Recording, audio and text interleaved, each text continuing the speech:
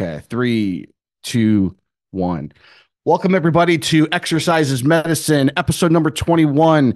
And today it is my pleasure to reconnect with a good friend and colleague of mine who I played high school football with, but he's on to bigger and better things. Mike Harris is the Associate Director of Athletics for Sports Performance at Fairfield University. He's been in that role since 2021 after serving Fairfield athletes as the Assistant Athletic Director for his first 4 years. In his role, he oversees all aspects of strength and conditioning for Fairfield's 20 varsity athletic programs. He specifically works with the men's lacrosse, men's soccer, volleyball, men and women swimming and diving, and cheer and dance teams. He's most recently served 6 years at Yale prior to Fairfield University, rising to the position of Director of Strength and Conditioning in 2016. He's worked directly with 10 of the Bulldogs varsity programs, including men and women's basketball, while overseeing the weight room and helping to develop strength and conditioning and nutrition programs for student athletes from all 35 Yale teams. Previously, Harris worked in the St. Louis Cardinals organizations with the Batavia Muckdogs. He also spent time in the National Football League with the New York Giants, Chicago Bears, and Buffalo Bills. His tenure in Chicago included the Bears' 2010 NFC North Championship and appearance to the NFC Championship Game. I remember that well. Harris is a 2009 graduate of Springfield College with a bachelor's in science and applied exercise science, and he earned his master's in exercise science and sports studies from Springfield College in 2013, which is also where I did my PhD work. Mike played on the offensive and defensive lines for the Springfield Pride team as an undergrad and was a thrower on the track and field team. He served as an assistant strength and conditioning coach as a graduate at Springfield and is a member of the National Strength and Conditioning Association, Collegiate Strength and Conditioning Coaches Association, and USA Weightlifting. He holds a CSCS, RSCC, FMS level 1, that's functional movement screen, USA weightlifting level 1, and precision nutrition level 2 certs, and CPR and AED certified. Most importantly, he resides in Newtown, Connecticut with his wife, Nicole, his son, Michael, and his new daughter, who was born 7 weeks ago. Congratulations to you on that, Mike. Mike, welcome to the podcast. It's great to have you on Exercises Medicine. Thank you, Mike. Thank you for having me, man. It's a pleasure. I really appreciate and going through that bio. My goodness, you've really done a lot over the last 16 years for sure. What I like to do to really set the tone for a lot of our guests is really kind of get a sense for how you got into the field of strength and conditioning and how you've transitioned into more senior roles in athletic directing and things of that nature. So at its core, can you tell members of our audience sort of how you got into the field and how you knew that that was the thing for you? Sure. Thank you. First, when I was getting recruited from Naugatuck, playing high school football, one of the coaches that recruited me the most heavily was the now head coach at Springfield College, Mike Sarasolo. He was at the time the offensive line coach. And when I was looking into colleges, I, like most kids that age, had no idea what I wanted to do. I actually thought criminology, something like that, maybe be a cop or go to the FBI or something. And he recruited me. He reached out every week and he sent me these letters every week. And he one time he just asked me, do you love sports? And I was like, who doesn't love sports, right? He said, do you love training? Yes, absolutely. Do you like being around other people and, the possibility of coaching? And I was like, yeah, that sounds awesome. So he said, well, we got this major called applied exercise science. Essentially, when you're done playing, could still be around athletics all day and you can coach people and you can help them lift weights and get stronger and faster and all that fun stuff. So I said, sign me up. That sounds great. So I actually took a gap year after high school. I went to Springfield and I went into exercise science. And I remember Drew Wilson, who was at the time a graduate assistant at UConn, who after that was at Maryland and Colorado, among others. He came and visited our class in AXS 101. He said, the hours are long, you work weekends and holidays, you're usually away from family, the pay sucks, and no one really thanks you. And if you want money, get out of here now. If you want 9 to 5, get out of here now. If you don't know if this is for you, leave this room and drop out of the program and get something that more fits your needs. And I actually think that weaned a handful of people out of our class. I want to say we graduated that program with maybe 18 people in that undergrad major. And so that was a good eye opener for me right off the bat. I think I got lucky because my advisor had no idea what program I was supposed to be in or my process. He was one of the PE advisors, so he threw me an on-campus practicum. I think my spring of freshman year, and it was a junior class. So I went in and I had this client, and I had to write up a program for him, and I was like, "Oh man, all right, what do I do for an hour?" What do I do? All right, 15 minutes on the treadmill for warm up. Now I only need 45 minutes. And it's funny, when I look back at moments like that, I think now there's so many things you need to do. And honestly, so little time, right? It's like Willy Wonka, like strike that, reverse it. I really look back at that fondly because I know I got thrown in the fire, and it helped me start to realize how much you have to think on your feet and how easily and quickly you have to pivot. So, I did that and I finished, as you mentioned, in 2009. I got really lucky where my junior year, I went on a field trip to Canyon Ranch up in Lee, Massachusetts with um, Dr. Margaret. Oh my gosh, her last name right now for the moment. She went down to George Washington, and she like started a new exercise science program down in GW after that. And I have to give more credit later. She basically told me we had a person who was interning for the Buffalo Bills, and I'm a Bills fan. I'm from Buffalo, New York originally before we met in Naugatuck, and I just said I would love to be the next person to intern for the Buffalo Bills, and so she put my name in with Sean Hayes, who is a Springfield grad, who is the assistant at Buffalo, and JT Allaire was the head there, who was also a Springfield grad. And I went through the interview process there. I remember taking one of the phone calls from the graduate assistant office down in the weight room at Springfield, and I was able to go there for the really the 2009 off season and OTAs. And so they brought me in at the same day, actually, as Dan LeBird, who he was the unpaid intern. He was basically, the paid intern who came in from the graduate program at Springfield also. Both of our first day was March 16th of that year. And he was with them for a few years. Then we went to Pittsburgh with the Steelers, also the Brooklyn Nets. I know he trains Ironman. So again, another Springfield alum moving through the chains. And so I did my off season with Buffalo. While I was there, Sean, I'm so thankful. Sean really took me under his wing, and he realized we had a couple students from the University of Buffalo, and they were all looking to get their PT license. And so strength and conditioning wasn't really their passion. So he took me under his wing. He had me help him with certain projects, and including putting together the off-season training binders to hand out to men if they made the team. So I was standing outside the locker room with him, and they're going this way and they made the team, or they're going that way and they didn't. Some really interesting stuff when you're 20, 22 years old. And so took me under his wing. I went with them. I stayed with them. I came back for training camp at St. John Fisher College. And then while I was back in Buffalo visiting family, I actually got a phone call from him. He had gotten food poisoning. And he said, the team's about to hop on a flight in about 3 hours to go to Atlanta. Can you go? And this is regular season, December. And so I was like, yeah, sure. Made a couple phone calls. I met them at the airport at their hangar, and I'm driving my beat up car, driving up with all these Range Rovers and everything. And so I hop on a flight. I got to Atlanta. There's a box of clothes and sneakers there waiting for me. I, threw some clothes on, stretched a dozen guys, went out and warmed up, and then we lost to the Falcons.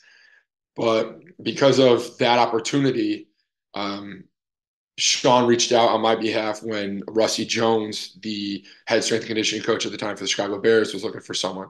So long story short, I interviewed and joined them with the Bears for the 2010 season.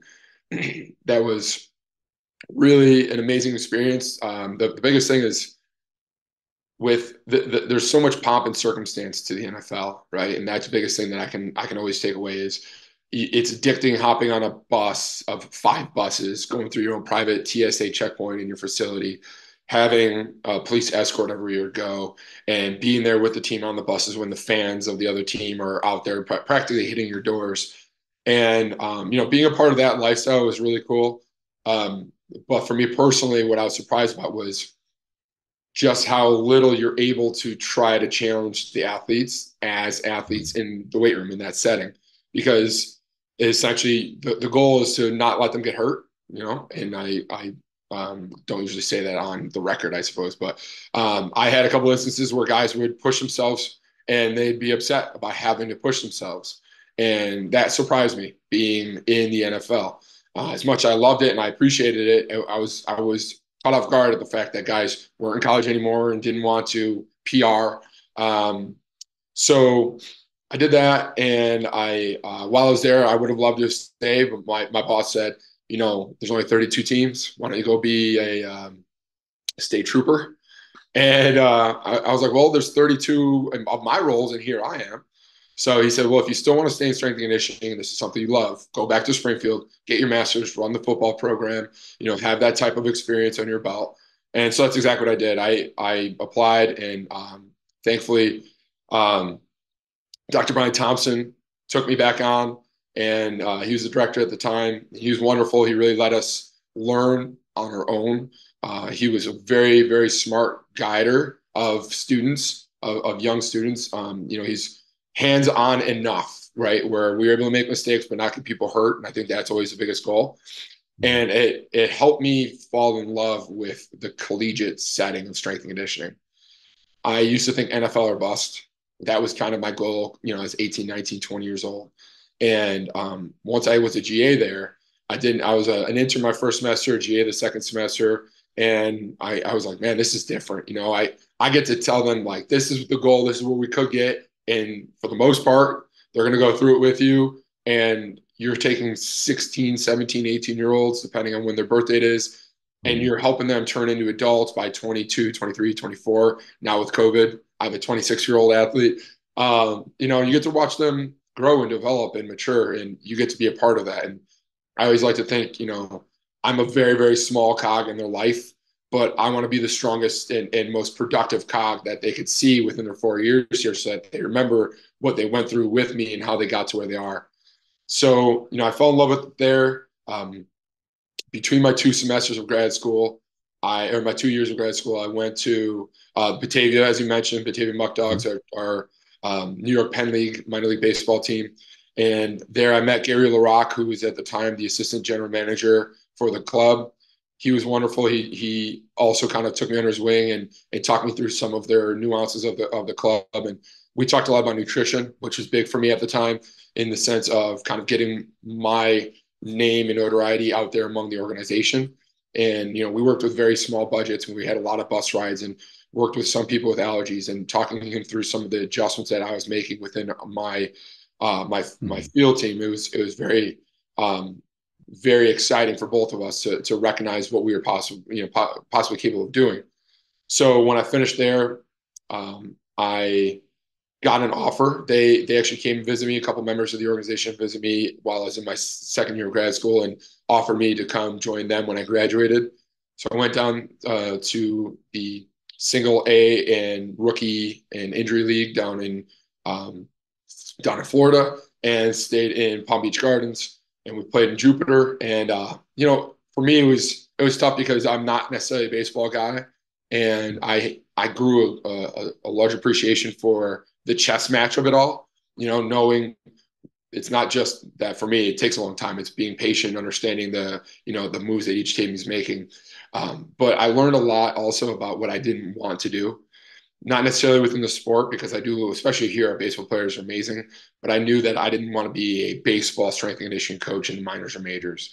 And there are certain aspects of what the organization was doing within our sports performance and strength and conditioning realm that it helped me stay, okay, I don't want to do this, I don't want to do this, I don't want to do this. And I think sometimes that's just as important as a young professional to be a part of, as I love this, I love this, I love this, right? Like knowing what part of your philosophy does not match up, and why, with what you're seeing around you.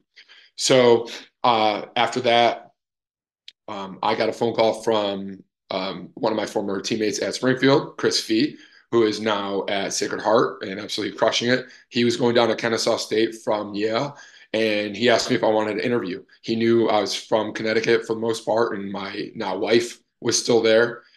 We've been together almost 20 years now. So, the distance was something that we were very happy to be able to cut down. So I interviewed there. I started there in 2013. And as previously mentioned, I was able to be there for 6 years, work my way to director.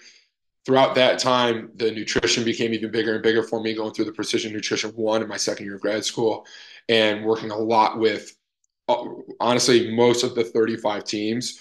It's kind of ridiculous how many teams Ivy League schools have. And it was fun to be part of a lot of them, even helping out at times with fencing and sailing. And I worked with squash, and we were the national champions for the men's side on 2017, excuse me. And so being a part of all that, again, it helped me realize, I'd say the biggest draw for me in college is every hour changes. Every hour your life changes, the personality changes, the energy and dynamic changes of the team. So, I can go from having men's basketball to women's swimming and diving, to volleyball, and they all want their own music. They all bring their own vibe. They all have their own goals and their own plans, obviously. And like, we don't cookie cut anything here. Everyone has their own plans and programs, whether it's in season, off season, field sport, water sport. We talk a lot about body composition and the anti-gravity nature of something like swimming and bone mineral density and nutrition. So my life changes every hour still. And so now it's been almost 11 years that I've been full-time in collegiate strength and conditioning, and every hour is different, and it's so much fun. I joined here in 2019, just before COVID, with Paul Schlickman, our athletic director, who's been amazing. Another guy who's wonderful at letting me have a lot of autonomy, but also, helping me figure out more about the MAC and more about the being in the administration, right? Part of my goal is I'm kind of like a dual threat, if you will, right? I want to see it as I can do some of the stuff that I'm sitting at a desk and I'm helping teams from behind the scenes, whether it might be visiting teams and game day ops, or I'm writing these programs and we're on the bench for another game, things like that. So to be able to do as much as I can and be as public as I can with our athletes, I love them. I want them to know that I'm here and I care about them. And I've had a lot of help along the way, Mike. And I think, Yeah. I got a phone call on my ride in today from one of my former interns at Yale, and he's looking for jobs down in Texas, and we were talking about it's what you know and who you know. And I think Sure. sometimes it gets confused. Some people will say it's not what you know, it's who you know. I think it's both. It's really both, because I think if you only rely on one and not the other, you're gonna have issues at some point, right? You're gonna find fault somewhere. So if you have a great network and you're not really a great strength and conditioning coach, at some point, it's gonna get found out and people are gonna see through that.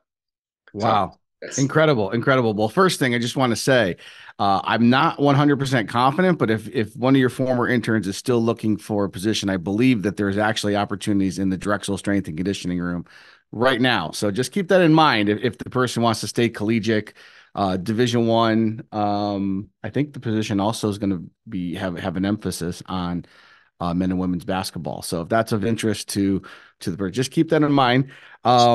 Getting back to you, I would say, my goodness, this has been, I wrote several notes as you were sort of telling your story. And one of the things that I think comes to mind as a common core that is the importance that networking and seeking mentors, whether it was deliberately sought out on your part or serendipitously happened as a proxy of your experiences, it really seems that you've had very good mentors in your life to allow you to explore what your thing is, and not just creating you as sort of a cookie cutter version of the way they do things, but really allowing you to develop your own voice and your own approach to things, which I would say the good mentors understand how to do that, but generally speaking, is not something that is as common. Typically, you see a lot of people bounce around a lot because they're unhappy with things, and you've bounced around with opportunities. So I think that's really important. Can you talk a little bit about your philosophy of how you like to mentor your interns, and how much of that maybe was driven by your own mentors that you've had throughout your journey? Sure. Yeah. first thing that comes to mind, and actually Dr. Margaret Jones Margaret Jones. was my Yes. professor, and she's amazing. And I didn't have a ton of interaction with her, but it was all extremely impactful. So I want to make sure when it popped in my head, I mentioned that. Um, one of our assistant strength and conditioning coach in Chicago, Jimmy Arthur, who's now actually the head there. He went to Miami for a little while with the Dolphins and is back in Chicago.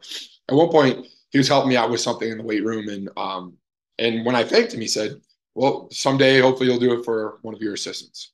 And I always remember moments like that because I want to pay it forward, and I do think that's important.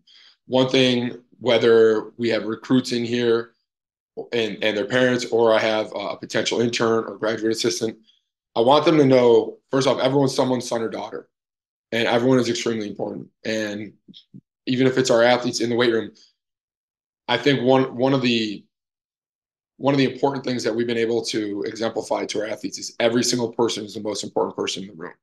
So if we have a football team, everyone thinks that the football team becomes the team, and then everyone else is, chopped liver. And I make it a personal goal to let every athlete know that when you're in this room, you're the most important person to me, next to your teammate, next to your other teammate, and so on. And when we bring in interns and graduate assistants, I'm not a yeller. I will project and I will yell in a positive manner, but I don't belittle people. I don't degrade people. I dealt with that enough as an athlete, and that was not the way that I responded to coaching. I felt like, to give myself a little bit of out at times, there were things that I probably could have done better had I had the mental fortitude to deal with a coach being that way to me. And you can always respond in two ways, right? This is the way it is, or I'll never let that happen.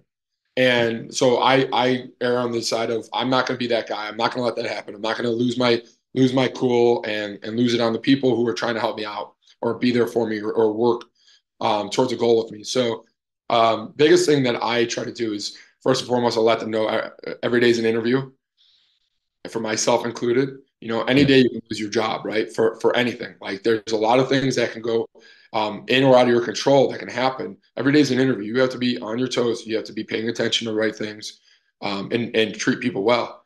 And early is on time. Early is on time. On time is late.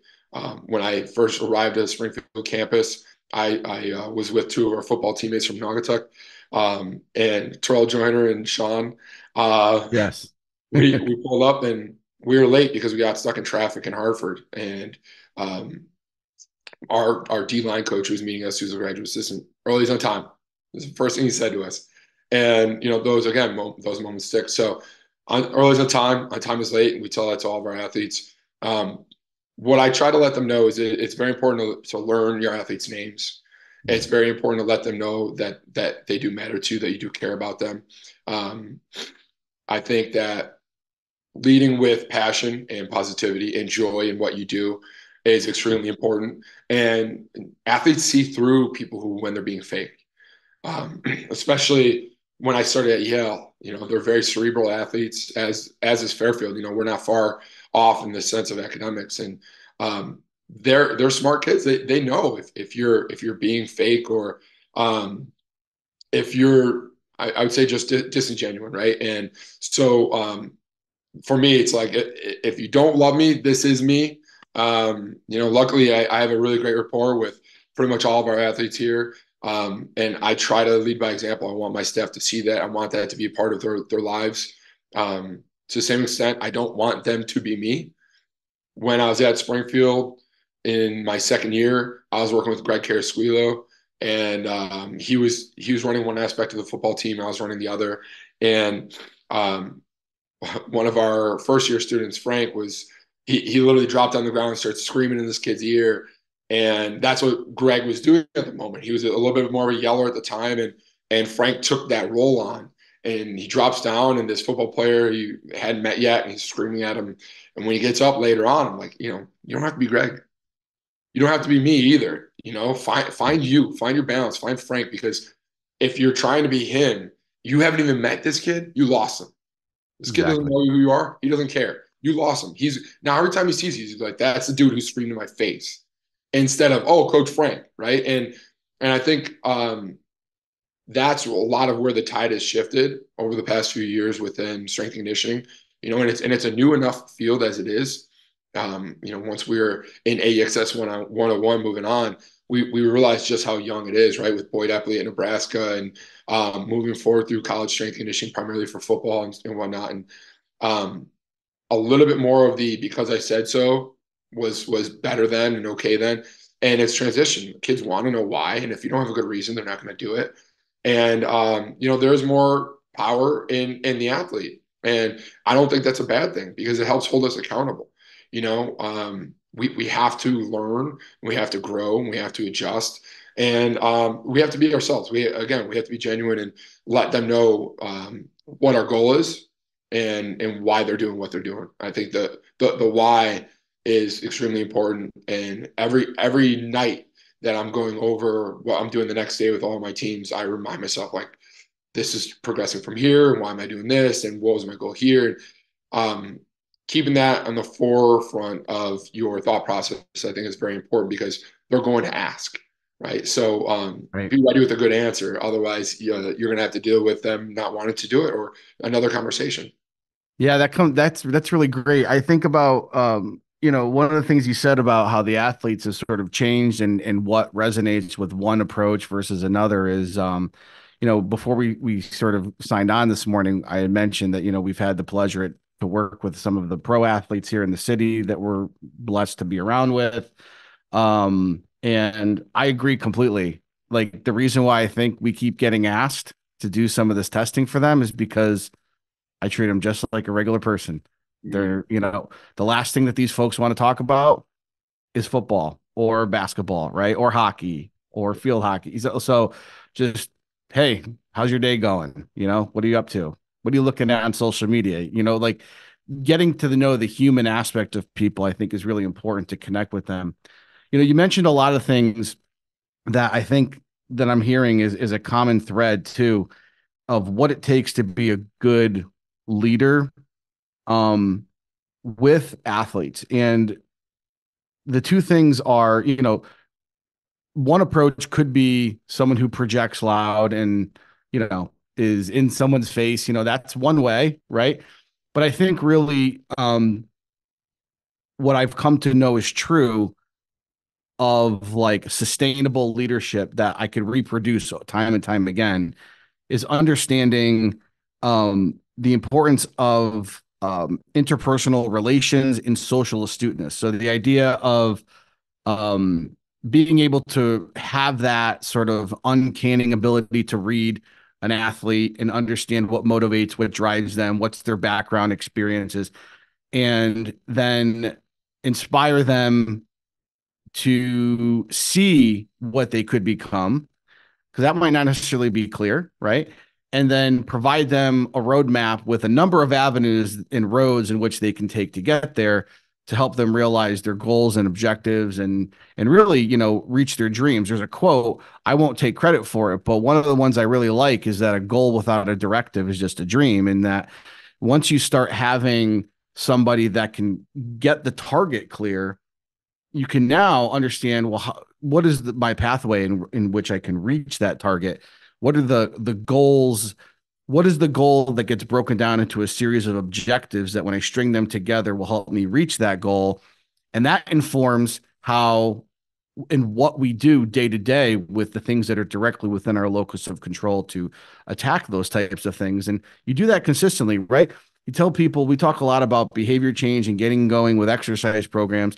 But you go to the gym one time, you're not going to see a significant difference. You go to the gym 3 times, you're not going to see a significant. You do that consistently over many, many days, you're going to string along, and people are going to notice that change over time. And so, building up equity, I think, is really important. But understanding how to get, what is inherently valuable to the athlete that aligns with the goals of a strength and conditioning coach. Another quote that I've heard, I went to it might have been an NSCA conference when I was at UConn, was Boyd Epley from Nebraska was there presenting. And he talks about, he's like, at its core, strength and conditioning coaches have 2 things: get them ready to play and don't get them hurt. And he's like, the better that you can do that, the more in line. And he was like a really well-known, still is a well-known person in the field. And so that sort of was one of those moments like yourself that resonated with me. And I'm like, wow, that's really helpful. But understanding programming without understanding the context of the athlete and how they respond and what's going to motivate and drive them to do the tough things for the benefit of themselves for the future is something that I think is really important. Right.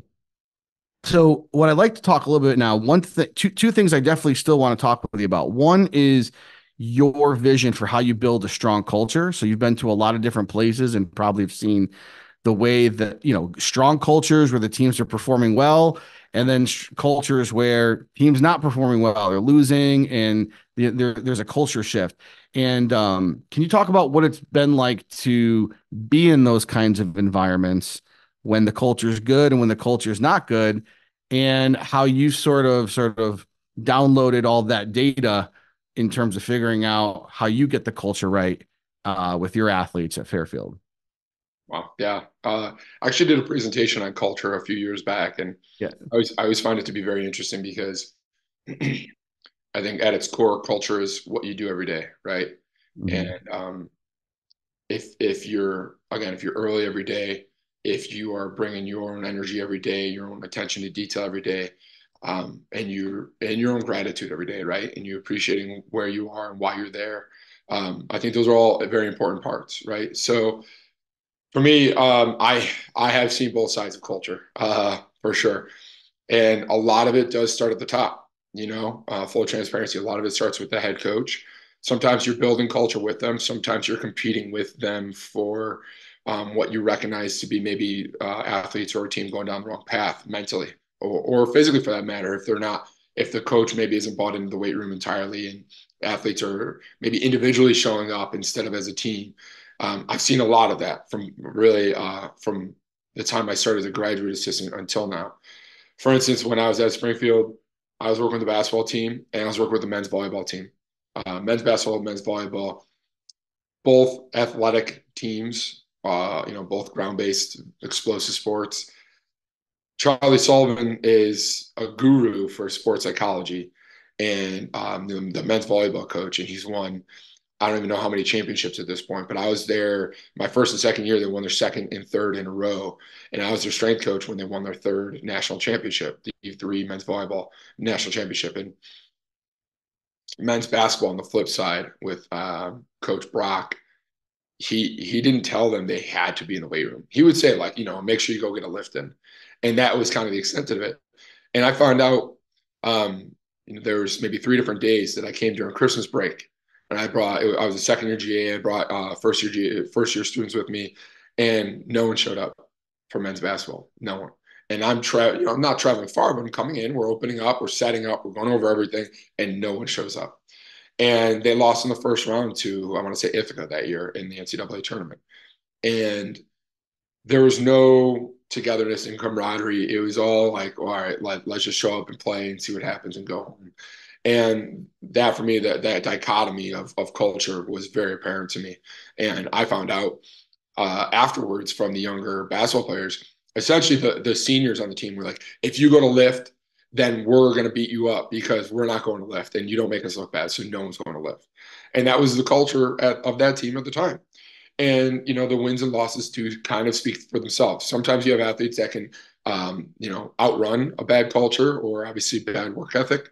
But more often than not, I think, you see that as one of the rate limiting factors for success, Mhm. right?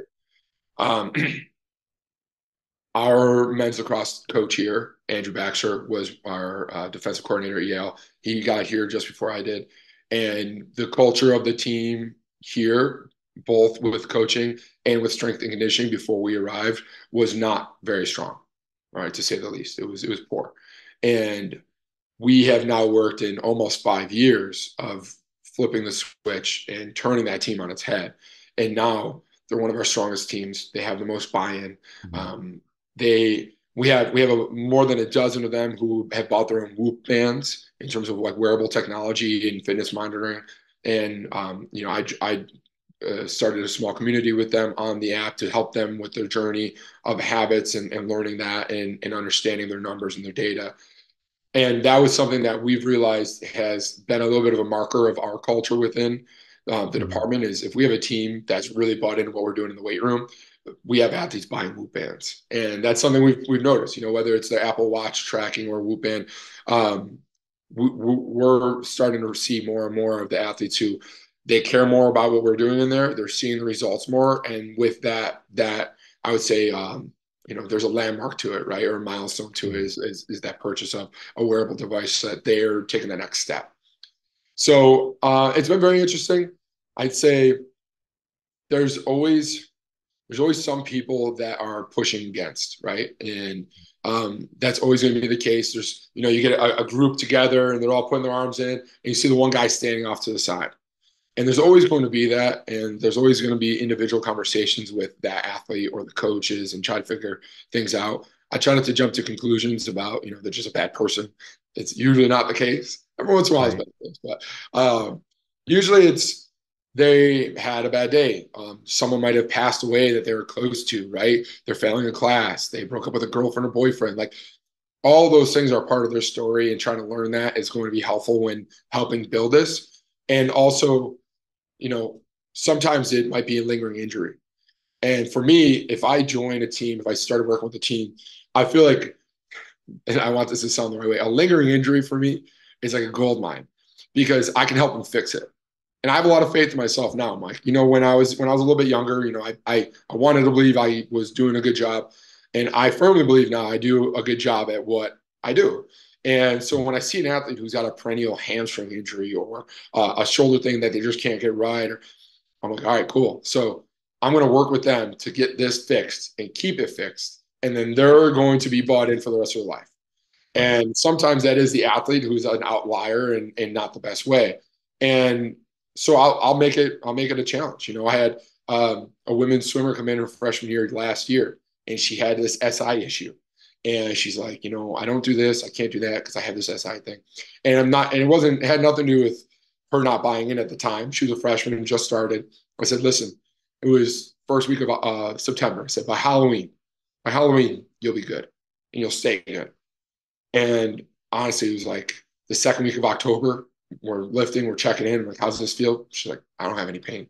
I can't believe I have no pain. And it's not always that case, but I'm like, awesome, high fives, cheering.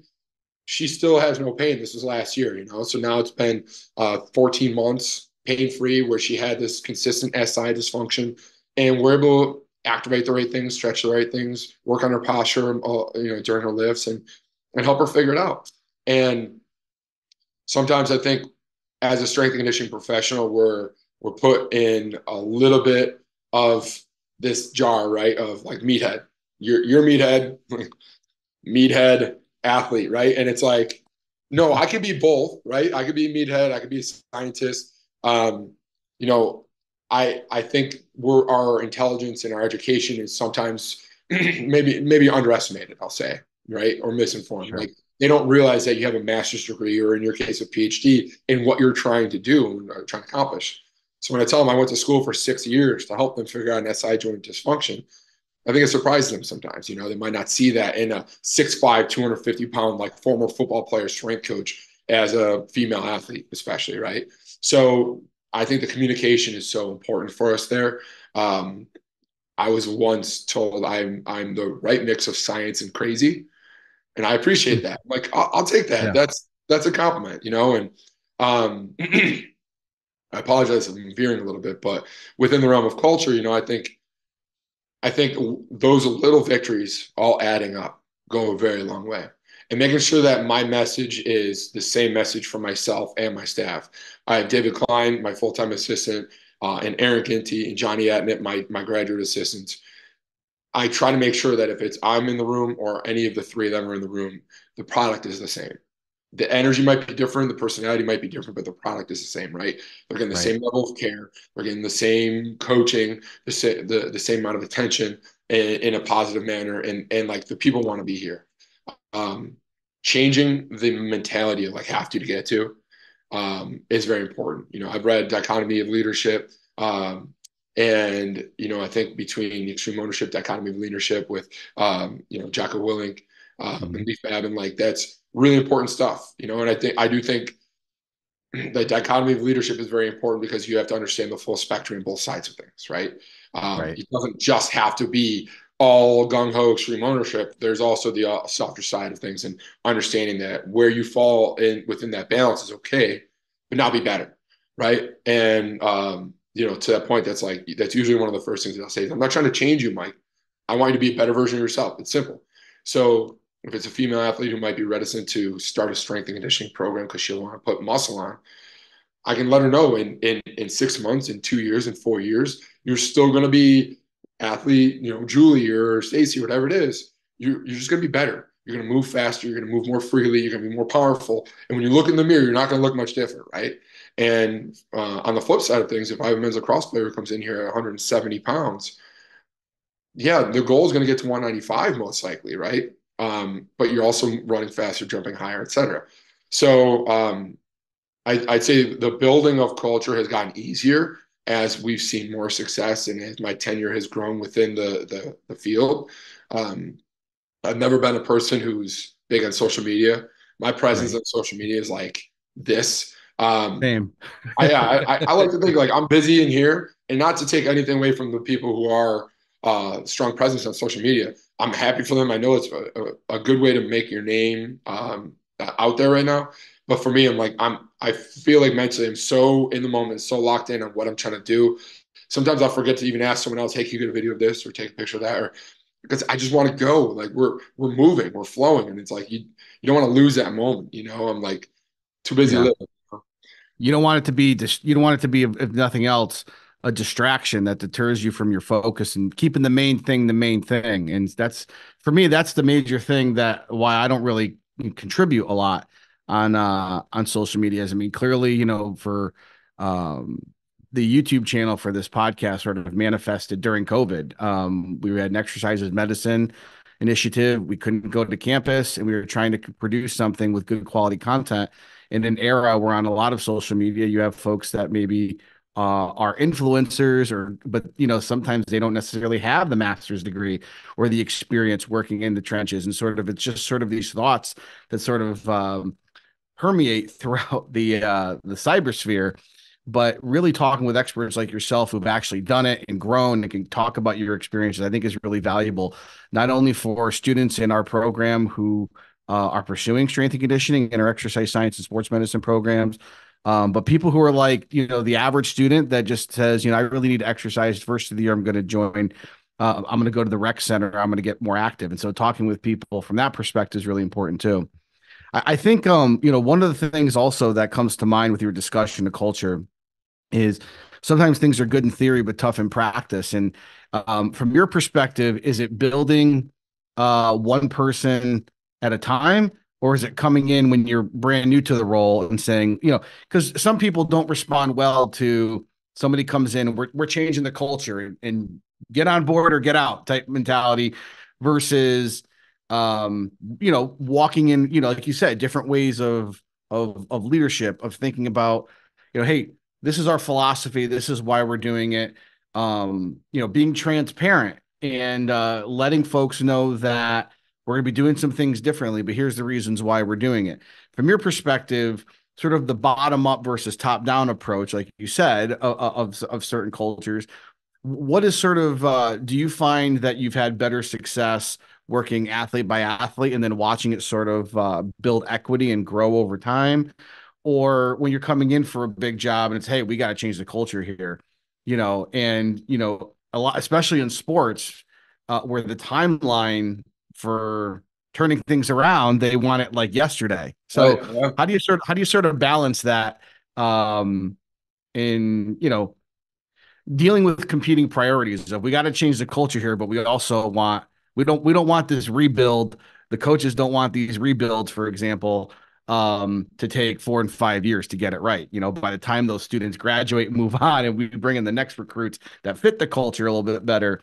Can you talk a little bit about from some of the things that you've learned along your journey that have helped you sort of find your way and what you find works well and what doesn't work well? Absolutely. I, it's funny because as I talk about assistants and having the same product on the floor, I realized, so I had an assistant, John Begley, who's now at Post University, who the teams he worked with, for the most part, we're doing well. Volleyball here is a perennial MAC champion, including this year. Some teams, not so much, right? Our men's soccer team has not seen as much success on the pitch in terms of wins and losses. Some of that I saw leak into the weight room. And part of that for me is, he was looking for a new job.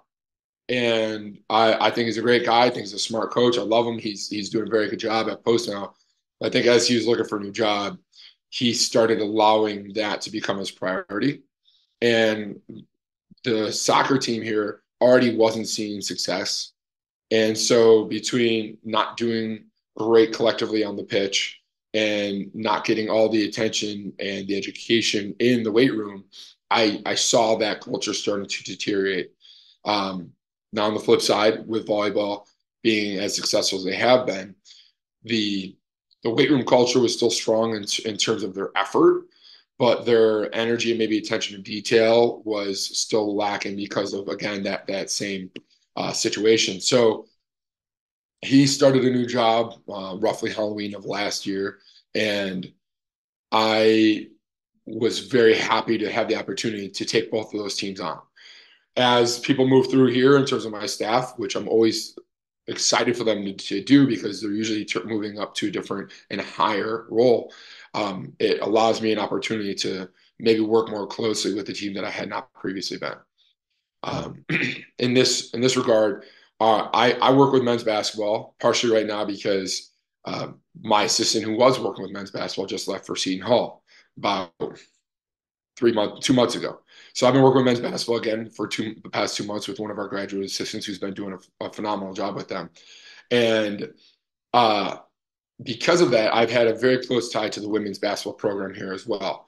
They're sharing the court space. They're often lifting sometimes at similar times. They're all both here during the summer. So when he left, I had the opportunity to, figure out if I want to help work with women's basketball or volleyball, right? And for me, women's basketball knows me. If I stepped in the door, I said, "All right, ladies, let's go." They're like, "All right, Coach Mike, let's go." For volleyball, it was almost exactly as I thought. I walked in, they're like, "You're not John." And for me, I was like, "All right, challenge accepted. Let's go." Right. My conversation with them immediately was like, "Listen, I'm not John, but here's what we're going to do. Here's how we're going to get better. And this is why you're going to love it in a month. Give it a month. You're going to love it. Let's go."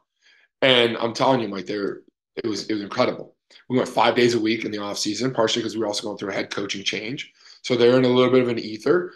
And the weight room was like their home at the moment. And they crushed it, absolutely crushed it. And I saw the energy and the numbers both rising as we went through that. And so again, like the culture was already there. They just needed a little spark, right? Right. Now on the flip side, men's soccer, it wasn't very strong. A little bit before John had left, they're getting close to the end of season.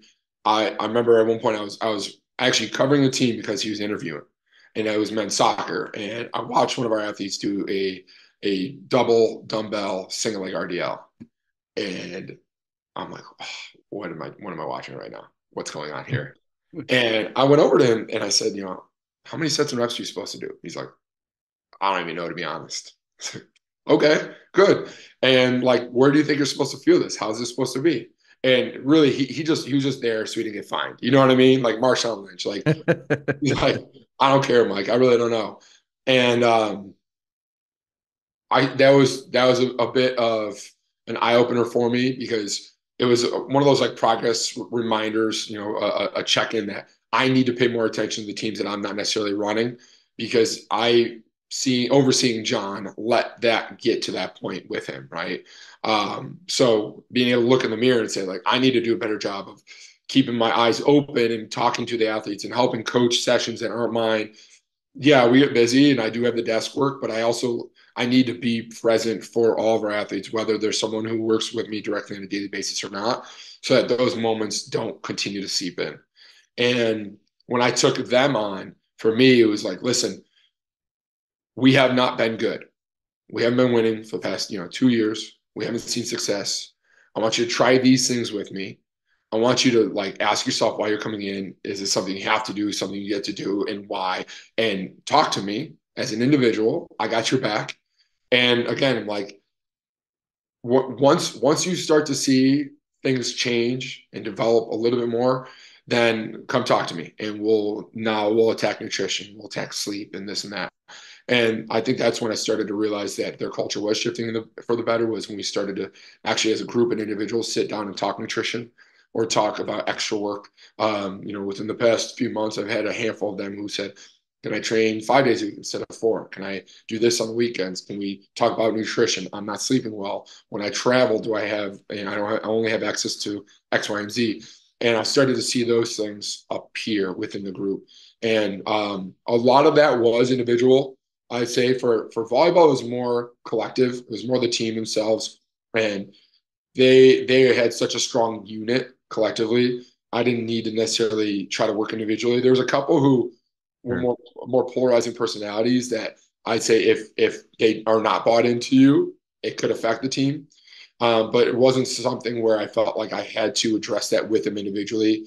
And I think once you have a couple sessions with a group, you can know if like this person's maybe going to be on your side, or if it's going to be someone who is perennially going to just do their own thing. You're going to have to talk to them. So volleyball, I think, was more collective. And men's soccer, there was a handful of individuals that honestly, they needed the love. They needed to know why I was asking them to do certain things, or telling them that they needed to do certain things, or even why certain muscles needed to work over others, right? And that same athlete on the men's soccer team stayed this past summer and had one of our highest completion percentages throughout our summer training program because of the buy-in shift.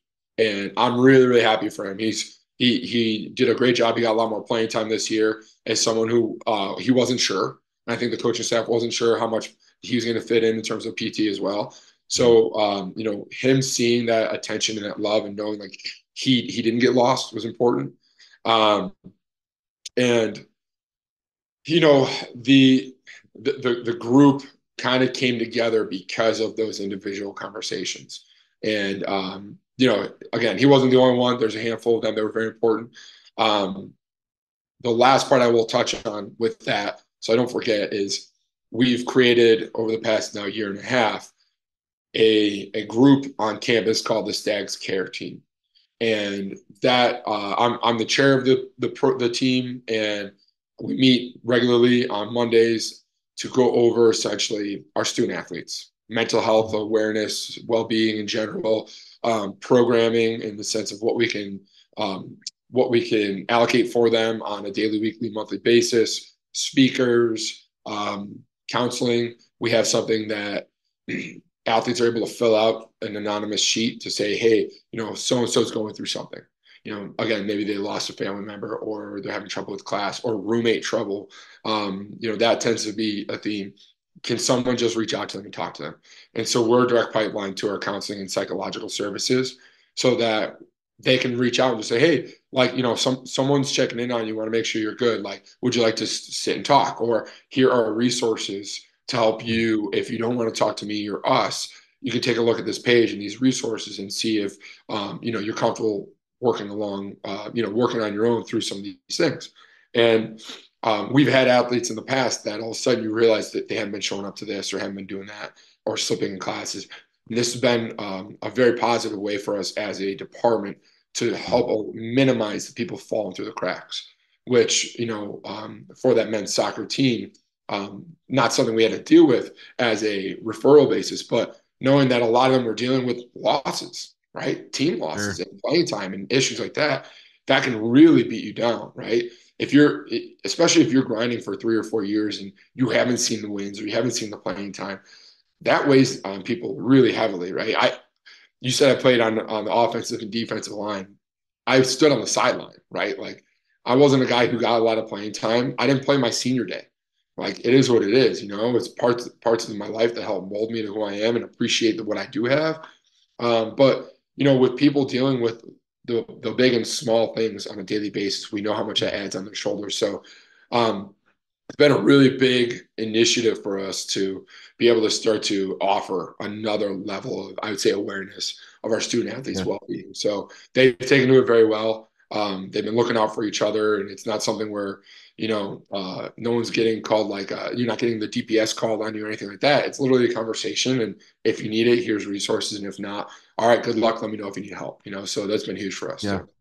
Yeah, that's great. I think it's interesting to see sort of you tell the story of how it develops, and it's not just something that happens in one moment. It's sort of, but it does. It strikes me as something that's you're putting in the daily work. Like you said, culture is a thing you do every day, right? It's doing that thing where you're not seeing results over and over, but you're trusting the process, as we say here in Philly, and you're just continuing to work through it step by step by step by step, and then one day it just unlocks and you get it. Um, one of the things too that I think about, it's great to see how it manifests with athletes and on teams. One of the things that I think of that's really important too, um, as someone that who knows, your aspirations may be in the future to grow and become the full athletic director or something along those lines, right? I mean, it may be in your career trajectory. I could see it. So one of the things that I think is critical, and I'm very interested in your thought process working on the administrative side of things and the weight room side of things. I've talked with people who work in the front office with some of the pro teams, and so how do you sort of when I this idea of sports performance, right? There's a team where you have maybe a sports oriented registered dietitian, you have strength and conditioning coaches, you have members in the athletic training room, you have the athletic director, the assistant athletic director, right? You have people maybe that support students with academic success.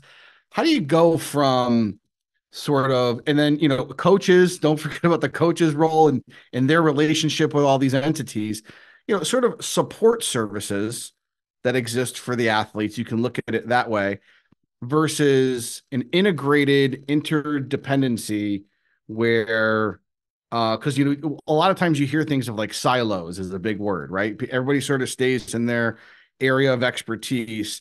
How do we sort of bridge connections between, so the people in the strength and conditioning room are communicating often with what's being done with the coaches on the field in terms of like, I hate to say this word, Greg Popovich got coined with it, but the load management stuff, you know, how do we communicate with what's happening in the um in the clinic, right? In the clinic, the athletic training room, to how that informs, how does that communication happen in from your perspective, how can other programs emulate what works well to create that culture?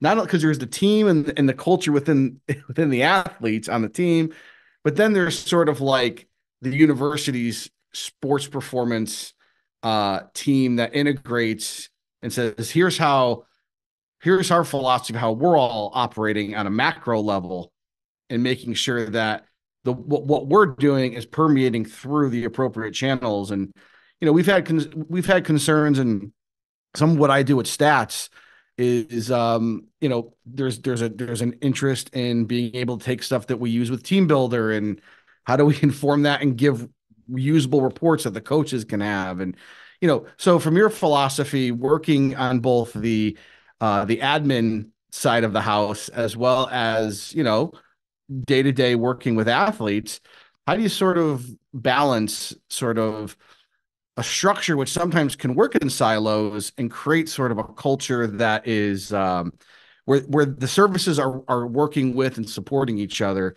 to help athletes and teams realize high performance? Wow, that's a great question. There's a lot to unpack, and I'll try to be as concise with my thought process for you. Okay. First and foremost, Dr. Mark Nemick, our president of the university, he played Ivy League rugby. So we have an athlete at the top, which definitely helps. He does believe in athletics. Some places, including Yale, I mean, athletics was kind of a spot where people are like, do we need this? Is this really important? To the point where we had someone write in the Yale Daily News about, should we get rid of athletics? And some institutions, it doesn't seem to be as necessary. Our president has been amazing about supporting what we do on a daily basis, and he attends games. It's not just, what people might think here, we don't have football, it's men's basketball, and the men's basketball is the important thing. I've seen him at all sporting events, and he is one of the most diehard fans at the sideline. It's ridiculous. It's amazing how into the sports he is and how much he believes in our student athletes. So I think it's really nice that it's not just words, it's actions from the top. I think that's something important to delineate. Like it's not just they're saying athletics is important, the budget's important, but we're running out of money, so we got to cut your budget and this and this. He's like, no, I'm in the front line. I want to see us succeed. What do we need? What can we do? And he still competes as an athlete from time to time, from what I understand. So that I think is where it starts. As I mentioned earlier, right, with the head coach starts at the top. He's essentially the head coach of our entire school. So he supports Paul, my athletic director. He and Zach Dayton, our deputy athletic director, are everywhere all the time. I don't know how they do it. When you mentioned my career aspirations, that conversation has come up with my wife, and it's like, do I want to be out and about that often, every day, every week? And even on the downtimes when we don't necessarily have teams full go in the weight room, they're going to donor meetings and benefits and conferences, and it's exhausting. It's exhausting. It's a tough job, and it's like an omniscient presence. You need to be everywhere all the time and all knowing. Maybe at some point I could see something like that being in my life when our kids are old enough that, like being at practice every day won't be such a monumentous occasion for me, momentous occasion. So we'll see. Teaching is also something that I have considered now as like life has shifted a little bit. But anyway, our AD, he brought me in 2019 in part for the culture, and I really appreciate his belief in me in allowing me to shift the culture in the weight room, as I mentioned, from have to get to. And I know we're kind of throwing quotes out left and right. It's like half our conversation. I apologize. But, That's good, though. that's been important for me, is their belief in our ability to do that. When he hired me as an assistant AD, I let him know during the interview process. I said, I don't want it to be a vanity title. I don't want to be an assistant AD who's a strength coach, and that's all I am. Is not all I am, but that's my whole identity is strength and conditioning coach with this title. And he believed in it, but he said, like, let's fix the culture of the weight room, and then we'll start to expand the role. And I said, love that. Let's go. So that was a part of the reason why we were able to establish things like the Stags Care team. And so we've seen this shift where we are busy all the time now in the weight room, even when we do not have care hours, because our optional voluntary lifts are all full. And that's across the board with our sports and our teams. We have athletes, you talked about field hockey at Drexel, like we have field hockey players coming in on off days, optional days, getting better. And that's the kind of stuff that I love to see. And with that evolution here, we've been able to cast a wider net. With that Stags Care team, that has essentially been developed as a support staff group. So it's myself from sports performance. We have an athletic trainer. We have our academic success advisor, Aaron Ryder, and Marlo is our athletic trainer. We have a member of the Murphy Center for Ignatian Spirit in Marcy. We have a new athletics counselor in Kath Raj, who just started this year, who filled in the role for Lisa Arnold, who was with directly from Counseling and Psychological Services as an addiction counselor and started liaising with our athletes. And we also have a coach on our staff that has been in and out, along their breaks within their team, and we're able to say, okay, like, what are we doing right? What do we need to fix? What's going on with the student athletes? When are we going to see an uptick within mental health awareness and referrals, right? And people again looking out for each other. We know right now with finals starting, it's a very busy time, and people are feeling really weighed down, right? And so we've established this. This group is all support staff. So I'm really happy you asked that, because we're literally built of support staff that have eyes on our athletes from every single angle every single day, right? I have, over 400 athletes. I see most of them every day. And so it's nice when all of a sudden, one of us is like, hey, so and so missed this, or they're just seeming a little like isolated today.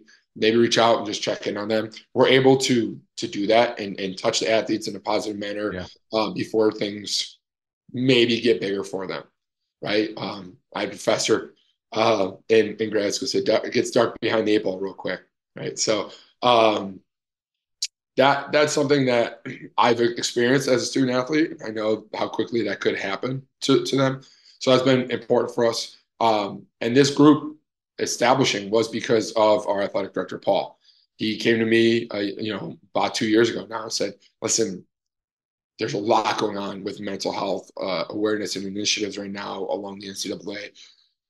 What do you think about starting to do this with Lisa Arnold from counseling? And that turned into this development of the team throughout the summer of 2022. And it's blossomed nicely. Like, it's done its job. We kind of hide out in the background a little bit, like we're like ninjas a little. Like, it's kind of a lot of our roles in general, right? I'm not on the field. I'm not in the water. I'm not on the pitch. It's the athletes doing their stuff. So I'm already kind of I'm a part of the team, but I'm a slight outlier, right? I'm just like always a little bit there, and it kind of fits perfectly within that realm where we're still in the background, just kind of making sure things don't fall apart, and our athletes feel the support, but they're not. It's not like, okay, I'm dealing with this again, or this person's coming, and so that's been really, really helpful. And I think being at a mid-major school, slightly smaller school, we have roughly 4,000 people, and like I said, about 400 athletes, a little over that. It's like that small classroom ratio, right? The student to teacher and student athlete to coach.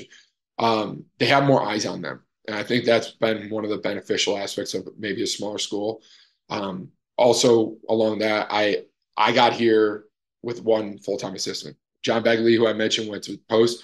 He got here and started as a part-time equipment manager, part-time strength and conditioning professional. And that turned into a full-time role while I arrived. And then we started working with our rugby teams, men's and women's, who helped us fund our now graduate assistant positions.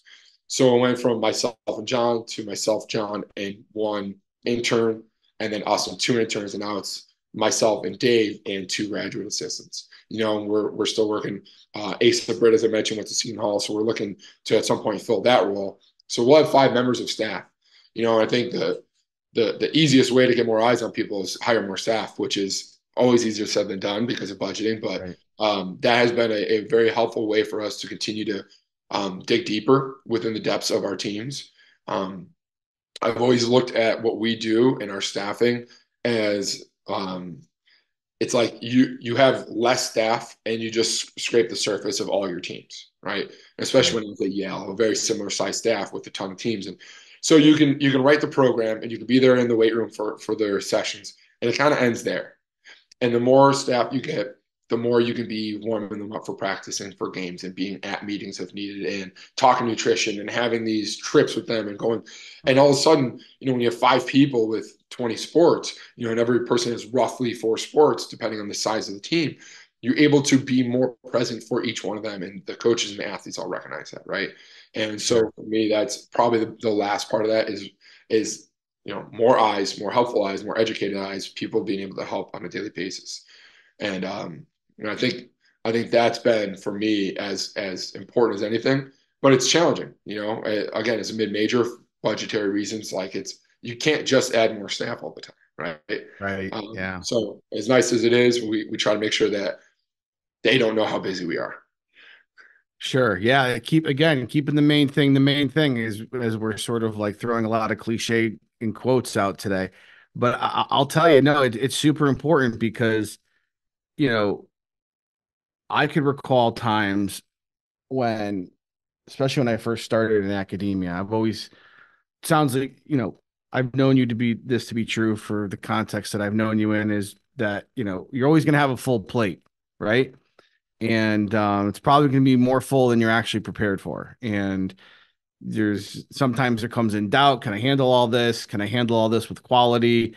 But, really focusing on being in the moment and not letting other things that could definitely impact your ability to be in the moment and support people, you know, it's sort of like since we're throwing out quotes, here's another one. Zig Ziglar used to talk a lot about this in sales, and is that when he was at work, he would be thinking about all the things he had to do at home, and then when he was at home, he would be thinking about all the things that he had to do selling with sales, and so he was never really anywhere and never really accomplished anything. So it kind of goes into the thought process of the difference between being busy and being productive.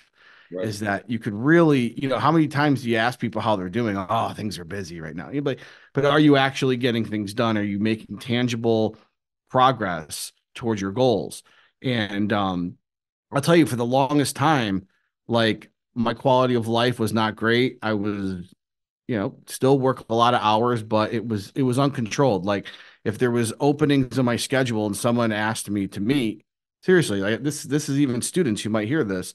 I would always say, well, technically I'm available. So yeah, not realizing that taking a single meeting on, let's say, a Friday at 2 o'clock could be right in the wheelhouse of when I'm like cognitively at my sharpest, getting something done.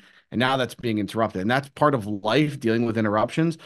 So a lot of it has been sort of really thinking about this idea of just bucketing things together and saying, okay, like when I'm doing emails, the email's not staying open all day because I can't be bothered. I can't be like in this meeting with my laptop open, right? Trying to respond to this email. I'm half listening to what's going on in the room and I'm trying to get back to this person and my phone's buzzing at me. And so, um, you know, I've really embraced the power of um being inaccessible at times. Like it sounds like, it's kind of an oxymoron to think that, I'm gonna keep it in the vein of the athletes that you work with, that you want your athletes to be able to reach out and to have that personal relationship with you. But on the same token, there is sort of boundaries that need to be set, right? I'm sure your wife doesn't appreciate it if a student athlete or someone's calling you at 10:30 at night and says, so I guess as we're sort of thinking about wrapping things up, right? How do you sort of like go about how do you go about making sure that you instill boundaries in your life, and make sure that you're keeping the main thing? So, you talked about the human side of athletes. That to me is always a part of it because all of us have multiple identities, right? The athletes and ourselves as individuals. Your professor, your friend, your brother, your son, and sometimes we lose sight of some of our identity because of the other ones taking a hold of our lives. Yeah. And earlier on, saying no is really, really my biggest problem. Like not being able to say no, right? And you say yes to everything, and everyone's asking for your time. And especially at Yale, I worked with both men's and women's basketball. So I worked with men's basketball, and I was involved with a lot of what they were doing. And the women were like, "Well, everything's great, and we love you. We just wish you were around more. So can you do this and do that?" And then all of a sudden, I'm like taking a December 26th trip to Arizona and Oklahoma instead of being home with my family, and so being able to say no was more difficult early on. Partially, you want to please everyone. You want to make sure you're visible, and you're also. I always have in my mind I'm still an intern, and I'm still an intern. I want to do the things that allow people to recognize I'm not afraid to do the work, right? Whether it's I had a boss who talked about cleaning toilets. Like if you need to clean the toilet, clean the toilet. It gets cleaned, right? If it needs to be done, and I think that's something that has always stuck with me is like I want people to know that I'm ready, willing, and able to still be that person at all times on a moment notice. And it took me a very long time to realize find my ability to say no, and that it took help from people around me, including people that I worked with, to say, you're just doing too much. And to your point, being inaccessible is important. Knowing it's not always saying no, but not yet or not now, I think is also some of it, right? And talk about those openings. I, my staff kids, there's like a silent alarm that goes off outside the weight room when I'm about to lift. Because whenever I get changed and I go in and I start to work out, someone comes in to see me. And it's like without fail. And so sometimes now we'll play staff hoops. And I love staff hoops because no one can come in and stop me from playing basketball for an hour. I go in, I Right. play basketball, and I'm not in my environment. I'm only upstairs, but I'm not in the office. I'm inaccessible. That's important to me because it's also like it's me taking care of myself, right? And so to extend that further, I put my phone on Do Not Disturb at 9:45 every night. I'm up often with the baby, but my wife's doing most of the work. God bless her. I love her so much. She's the one that's been active with our daughter, but I now that I've started working with men's basketball again, I got a text from one of them at I want to say it's 1:30 in the morning, maybe a week ago. I wrote him back at 5 when I was up for work, and I said, "Don't text me at 1:30 in the morning anymore." Even though it didn't wake me up, I want them to understand. Listen, I'm always here for you, and if you need me, like I got you. But if you're just asking a question or checking in about something, like you got to understand that there's a time and a place to do so. Especially, I like to use my family as the example. Is like I have a 3-year-old and a 7-week-old, and my 3-year-old he doesn't like to sleep, and I like Right. to get it when I can. So I'll take phone calls and I'll take texts and I'll take meetings and even opportunities like this. This for me is still educational, and I sincerely appreciate it. Um, this is something we were able to plan and know that we had, and this makes my life easier. So um, it's become easier as I've gone through my tenure as a professional. But you still want to be everything to everyone, Right. and knowing you can't change the world if you're exhausted. At some point things are going to catch up to you. So I try to always recognize, okay, set my time aside, whether it's listening to a podcast on my commute or being home with family for X amount of time before I have to fall asleep, whatever it is. That I think is really important. Um, One of my former assistants quoted a strength and conditioning professional off the top of my head. I don't recall his name, but he said, "Work really, really hard and then don't." Right. I think there's this adage that strength and conditioning coaches need to be grinding all day, every day. That's our life. We just grind and grind and grind. And I think that's inappropriate to assume of us because we need to find the balance in our lives to continue to love what we do. And at the end of the day, I love, love, love, love what I do. I love what I do here. I love every day at Fairfield. I loved a lot of my time at Yale. I tell everyone I work with the moment that you don't love what you're doing, the moment that you're like, I gotta go to work, get out. I'm not usually that politically correct about it, but get out, like leave. Myself included. When I stopped loving Yale, I started looking for other jobs. There was one Sunday I recall, I was like, oh, tomorrow's fun day. I'm out. I'm out. Like mentally, it was that easy. And I've said it to enough people often enough for me. I regretted a Monday coming up. I was out. And that was it for me. I checked out. I said, I gotta go. New place. And I've not had that moment here.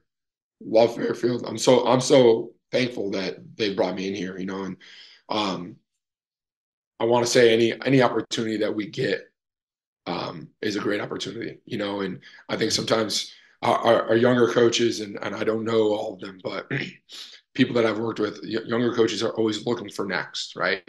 Yep. And I think one of the most important and impressive things you can do is change the place that you're at rather than go look for something maybe more successful or more notable, right? Yep. Change where you're at and make that the place that you wish you can go interview at because there's a lot of opportunity at places like this to flip the script. And that's exactly what we've been doing here, with men's lacrosse team. Shoot, Mike, we can win the CAA this year. We have not made the playoffs in the 4 years I've been here, and we can honestly win it this year.